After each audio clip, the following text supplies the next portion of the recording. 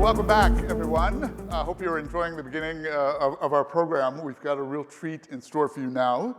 We're going to kick off this next part of the program with something really special, a live demonstration of the design process by one of the world's leading architects.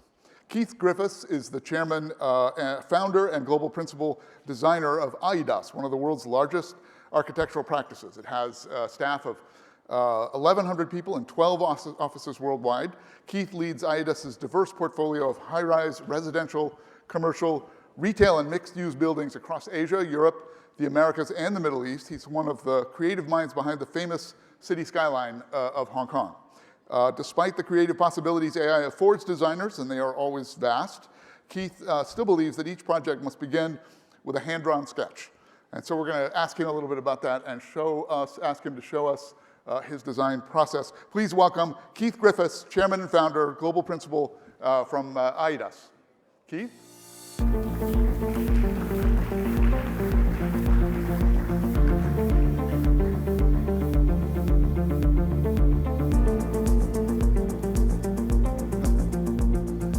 Yes, welcome. Thank you so much for making time to join us. Can we roll just a quick video clip behind us to give us a little bit of idea of some of the projects that Keith's been involved with? If we get that video going. There we go. Maybe turn the volume down a tad so that we can just kind of talk here. Talk us through some of what we're seeing here, Keith. These are amazing images. Yeah, well, first of all, what you're seeing here is how many people we've got, about 1,100 people, 12 studios throughout the world. And that balances our business out through periods of up and down so we can maintain a steady size of business, flow of business, which we've been for the last 20 years maintaining that very steady size. We've been in the top 12 largest architectural companies for the last 20 odd years. This is the West Kowloon train terminus you just saw there. Yeah. If you're coming into Hong Kong or leaving Hong Kong, you've got to go through an Aedas building, which I think is rather smart. But here's one of the airport buildings, the Midfield Concourse. That's Doha Airport. That's one we've just opened. And then all the Sands stuff here, that's Venetian, Paris, Londoner, Sands itself. Extraordinary. They're all done with Aedas as lead architects. That's the Londoners, just, you know. It's like a whole world unto itself there. Yeah, it's pretty huge. That's just across the water. That was Hengqin IFC. This is a little box we did for Hong Kong Land. And these are 2 towers and a dancer in Shenzhen. This is the new Bao'an Tower, St. Regis, Center for Sinovac, and Sina Plaza. So we do a lot of headquarter buildings. These are up in Beijing. These are 5 headquarter buildings in Beijing and Kuntai. This is the world's most twisty tower. Huh. So it looks a bit dodgy, actually, but yeah, that's Tencent's headquarters in Chongqing. That's Chanyao's headquarters. That's an enormous building, and that's Daomao Alibaba. Yeah. And that one is Shanghai Lobby Center. We just opened Lobby Center, which is an experiential online, offline mall. So that's looking to the future of malls.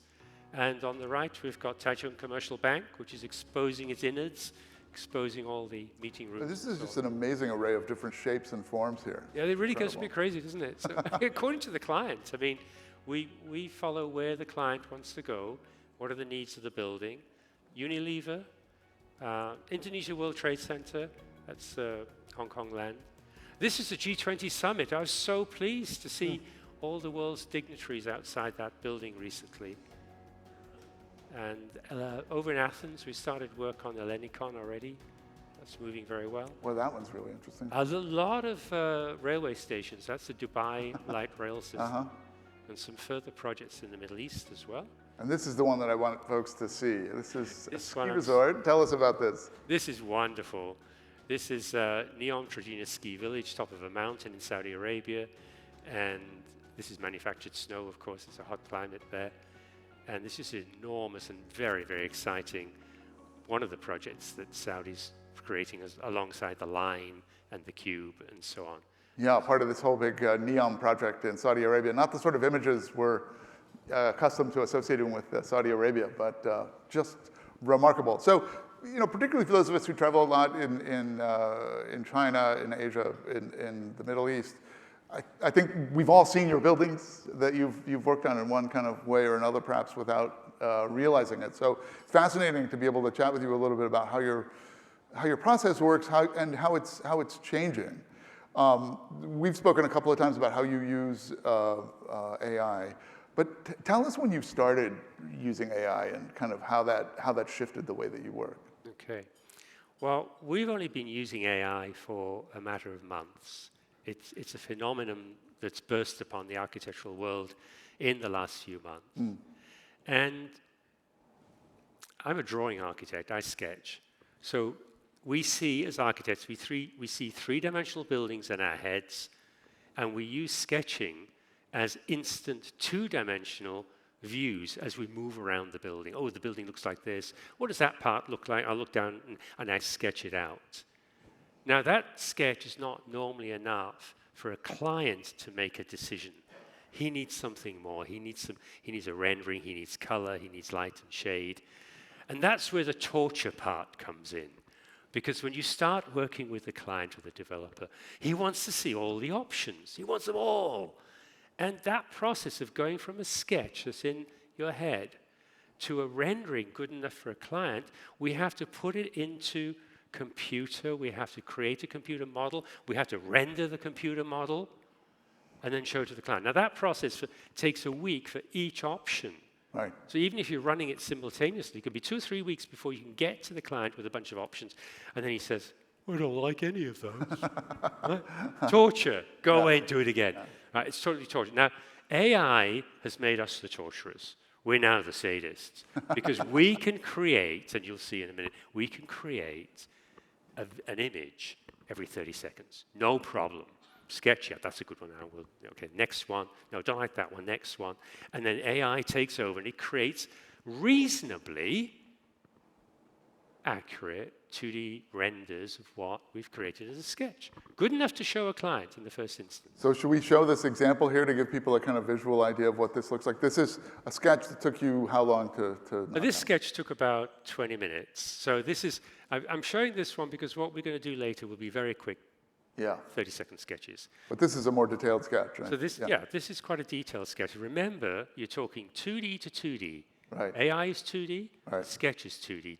It represents 3D. You can see a 3D space, but it is a representation of a 2D. And now you'll see what happens with the result. So we render what it. What you've got there is an atrium with some planted trees. Okay, here we go. Here's the first shot. Put it in. And what do we get? Well, we get some structural trees. That's interesting. We get some strange spider webs going on. That's interesting. So we pick the best one of those, and we run it again with a few more prompts. So this gives you 4 different choices, and you say, okay, I like that one, and then let's tinker with that one and fix it a little bit. Yeah. So it gets a few more than 4 choices. Gets to this. And we keep moving it forward, keep moving forward. Now, that's good enough, right? We can get that in front of the client. That's okay, the fact that you've got a handrail on top of a tree, it doesn't matter. It's good enough. So you can give him the feel of what that space is going to be like. And he might say, I don't want a shopping center forest, forget it.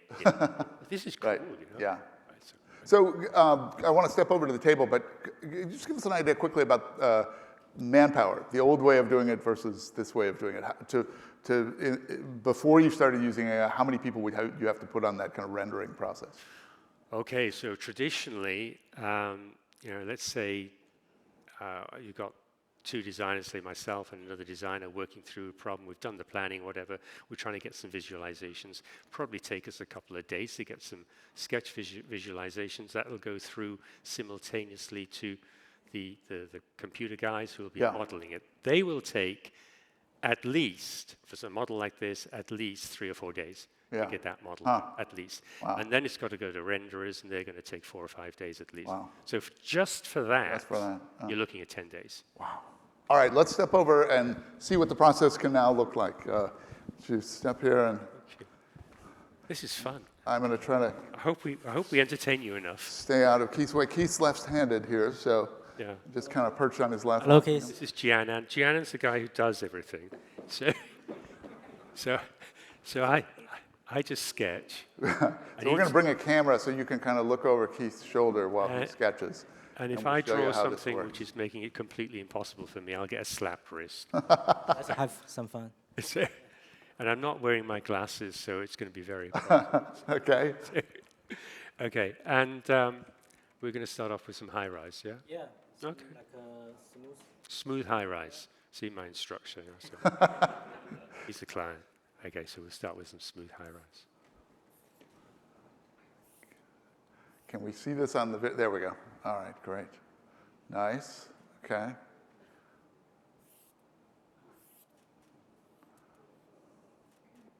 Good enough? Yeah, perfect. Okay. I can do this. It's going to start feeding that in, and we're going to do another one. What's the next one? Okay, we're going to do something I angular. just want to point out here how small this scanner is. Crystal It's clear. like Okay, crystal clear. so we have all the power of AI platform that's harnessed on a laptop here, with a scanner that's like it's like the size of a can of tennis balls.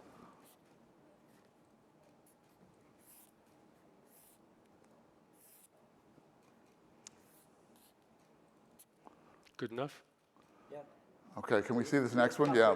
Yeah. So there's two. Okay, the program is running right now. Okay, what are we going to try now? Let's see. Just like that. Wow. There you go.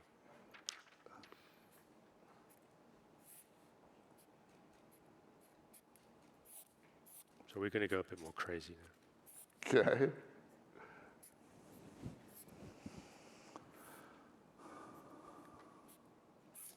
So I want to mention that Keith is using a platform called XKool, which is specifically designed for architects and urban planners. And we're going to have the founder of the company that created that platform on our program a little later today. So look forward to that. Yeah, I think we already got some result. There you go. Look at that, huh? Not bad, huh? So this is what the technology can do. And the fun is we can compare it just like this.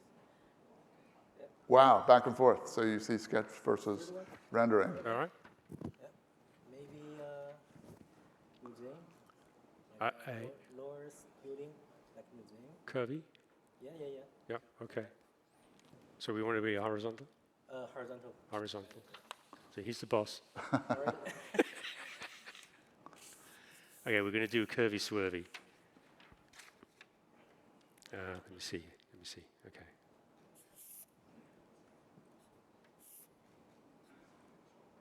There you go.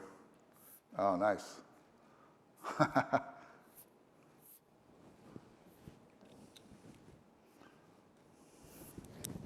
Good enough? Yeah. Sure. All right. Try that. And then we'll do a boxy afterwards, yeah? Yeah, box. Okay, we're going to do a box. Because those would be exciting, aren't they? So we're going to do a post-pandemic box. We got more result coming out.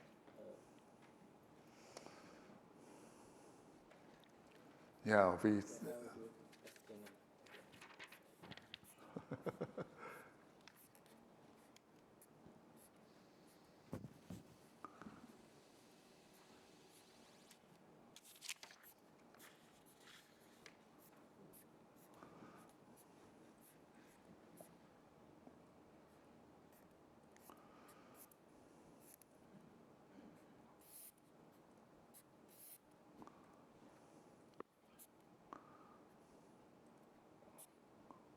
Oh, nice. That looks pretty complicated. Let's see. Let's just put a few more bits in Yeah. it to make it more difficult for the machine. Wow. Coming to a skyline near you. So, Keith, tell me, can this process work without really that much attention to the sketch? Could you give it visual or verbal prompts and generate what the kind of structure and image and feeling that you have in your head? Yeah, you could, but all things are working together here. So Right. we've got some verbal prompts Yeah. that already we've given it. We've given it a imagery prompt as well. So we're guiding it down a certain path. In fact, Jiannan's just changing the prompt now for this box because we're going to use a prompt that's going to make it much more realistic. And you'll see that it's quite interesting what happens now. Curtain wall will start to appear. So those prompts work with the sketch. You need everything together. But essentially, the reason for the sketch is it gets it out of my head. The best way of transmitting the image. Yeah, that's the fastest way. Into that's why it's powerful, because yes, you can use words, but words are a very long-winded way of describing a three-dimensional building. Right. Oh, it is a long tower with square sides and a bump in the middle. No, it's not much more efficient. So you need this, and this is exactly what's in my head. Yeah. I mean, there's no thought process going on. I'm completely dumb when I sketch. Oh. I'm thinking, I'll put a tower over here. Oh, I'll add something there. I'll do something here. I'll put a box there. I'll put a box on top. And I'm not actually thinking. I'm just drawing. Wow. And that's going straight into that machine. So that's the magic of AI is, and I can't do AutoCAD. I can't do anything on a computer. Yeah. And I haven't been able to do it for the whole of my career, 40 years. Right. But now, hey, I've got a computer working for me for the first time. But what's remarkable about this is that you don't need to be writing code, you don't need to be a programmer to be able to get the results, the vision, and translate it into something that you can actually take to a client. Exactly. It's very straightforward, very easy, and it puts us in the driving seat for the first time with the technology. Wow, amazing. Can we see some of these other renderings? Can we show the images that are on the computer? There we go. What can you show us, Jiannan? There it is. Look at that. Look at that from that sketch. And that's the box one? And there's the box one. Complete with clouds. It's amazing. Yeah. Look at that. Oh, yeah. This one is a little bit weird. So do you see any flaws in these drawings, or do they look pretty good? Oh, there's loads of flaws Are in there? them, but it's good enough, you know? I mean, Yeah. it's good enough to show the intent. Okay, I'm going to do a curvy building that's waves on waves. Yeah. That's good enough, But right? so how do you know that these are structurally going to hold up? I don't. You don't? Oh, okay. So then what has to happen? Well, now, you know, so we go through that process of what could the outside of the building be. Now, we could have come at it, planned the building from the inside, Yeah. and now we're thinking about the outside skin. So that's one way, that we've got basically a form and a shape. Yeah. We're just modeling it. So the sketch would be done over. So I'd be basically taking, let's say, a form and shape like that, and then taking over that and saying, okay, fine, I'm going to change something. So I've got the total sketch, right. and I'll just change something in that sketch. Right, so that's one way. The other way is that we don't know exactly the planning, but we've got roughly the mass of the building. And we're really playing with what the urban designer, the client, the government would like to see on this site. It's amazing. I wish we had more time for this. This is so fascinating. But Keith, you've given us a great, sort of quick snapshot of just how revolutionary this technology can be and how creative, really, it can be when it's in the right hands. Keith Griffiths, thanks so much for joining us. Thank you very much.